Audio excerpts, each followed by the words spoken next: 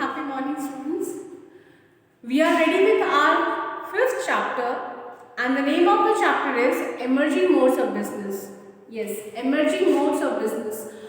Now, it's not enough to use that older way of doing business. The business is now also the same. It's not like that the thing is going to get different. Obviously, earlier days also the product were made. Now also the product is going to be made. Now also the things will be required from the customers, and now also the things are required to be sold.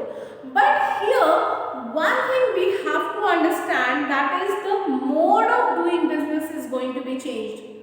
Earlier we have to go to the shop, we have to purchase the item, and then we can bring it to our home. But now the thing is going to get changed.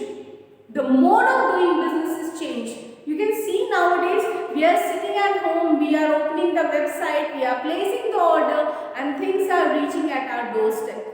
So the business is the same one, but way of conducting the business, the mode of doing the business is going to get changed. So this chapter is all about that only, the different ways of doing the business, that means how we can do it, use of electronic mode of the business, of doing the business, and what are the problems we are going to face over here when we are going to get electronic, when we are going to be online, what problems we are going to face. So these things we are going to discuss in these chapters. So for that we will discuss various questions, and according to that we will move forward. Okay. So one question I have already written for you all. Let us see the question and then we will proceed further. Okay. So as you can see here, the first question, Mr. Rajiv wants to buy a new sofa set for his house. Now this is what he requires. He wants to buy a new sofa set for his house, but he didn't have space to keep. So he is not having enough space to keep it. So this is one thing. He wants to buy, but he is not having the space. This is a common problem which we all face. We are interested to purchase things, and we are just keeping those things in house, and everything is just full in our house. We are not getting enough space. Now the thing is required, but no place. Now what he has done? He planned to sell his old sofa through OLX. Now this mode is very much familiar to all of us. Whenever we want to sell the things, okay, whenever we want to sell the things and we are eager, we are not businessmen, then OLX has given a platform where we can upload the pictures and other interested buyer can search about those things and they can contact us and we can sell out the things. So this is a good platform which has been given by OLX. Now see what he has done here. He planned to sell his old sofa through OLX. He got very good response from many buyers.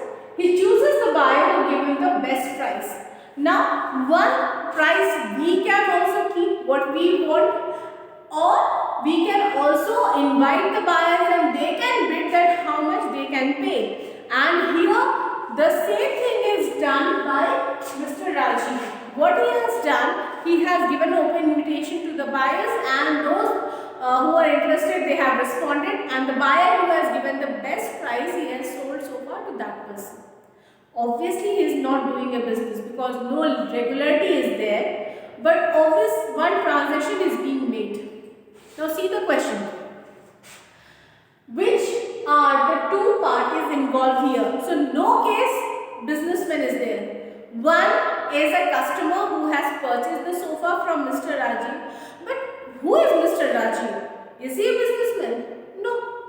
He is again a customer only who had purchased the sofa set from any other person, any other businessman. He has purchased the sofa and now he is selling that same sofa to another person. So both the parties who are involved here are customer and customer only, nobody outside here. So what you can write here, both are customer. So both are customers here.